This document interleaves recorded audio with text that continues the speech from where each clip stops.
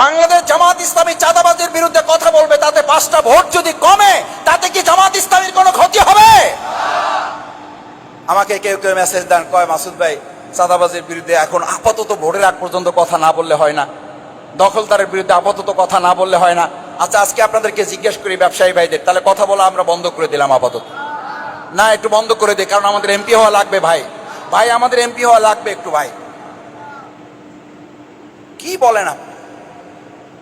ভাই আপনাকে খুব পছন্দ করি, দল হিসাবে না ব্যক্তি হিসাবে আপনাকে খুব পছন্দ করি, একটু ভাই কথা যা বলেন আলহামদুলিল্লাহ খুবই ভালো লাগে। আমি শুনি না, শুধু আমার বউ শুদ্ধ শুনে, কিন্তু ওই যে একটু টুকটাক বলেন ওগুলো বোধহয় আপাতত একটু না বললে আপনার ভোটটা ঠিক থাকে।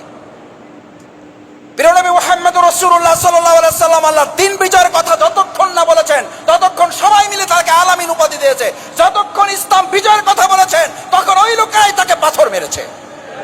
তাতে কি রাসূল সাল্লাল্লাহু আলাইহি সাল্লামের ক্ষতি হয়েছে? তাতে কি ইসলাম বিজয়ের কাজ বন্ধ হয়েছে না বিজয় হয়েছে? বিজয় হবে বাউফলে না, গোটা বাংলাদেশে ইসলাম বিজয় হবে, ব্যবসায়ীদের সুরক্ষা হবে ইনশাআল্লাহ।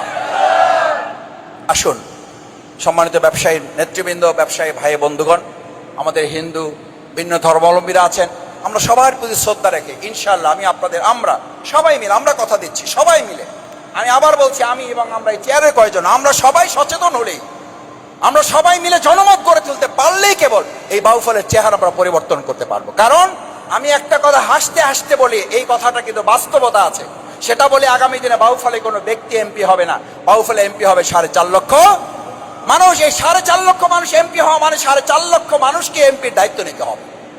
4.5 লক্ষ মানুষ যখন এমপির দায়িত্ব নেবে তখন কোনো চোট বাটপার খুনি রাহাজানি সন্ত্রাসী এই বাউফলে জায়গা করে নিতে পারবে? পারবে না। অথচ এই যে একটু আগে আপনাদের ব্যবসা, বড় ব্যবসা করেন, ওনার তো একটা ছোট দোকান নিয়ে উনি বসেন, আয়নাবাজ এলাকায় উনি দোকান নিয়ে বসেন একটা, এই যে একটু আগে দেখা করে আসলাম, হ্যাঁ গাড়িতে করে ব্যাস, সেই লোকটাকে বলেছে আপনি অমুক দল করেন, জামাত থেকে আমাদের দলে চলে আসেন। ভাই এই বাংলাদেশে একটা দল করার অধিকার কোনো মানুষের আছে না নাই? উনি তো একটা ছোট্ট ব্যবসা করে, ওনাকে বলা হয়েছে আপনার দোকান উড়াই দেওয়া হবে, আপনার দোকান ঘুরাই দেওয়া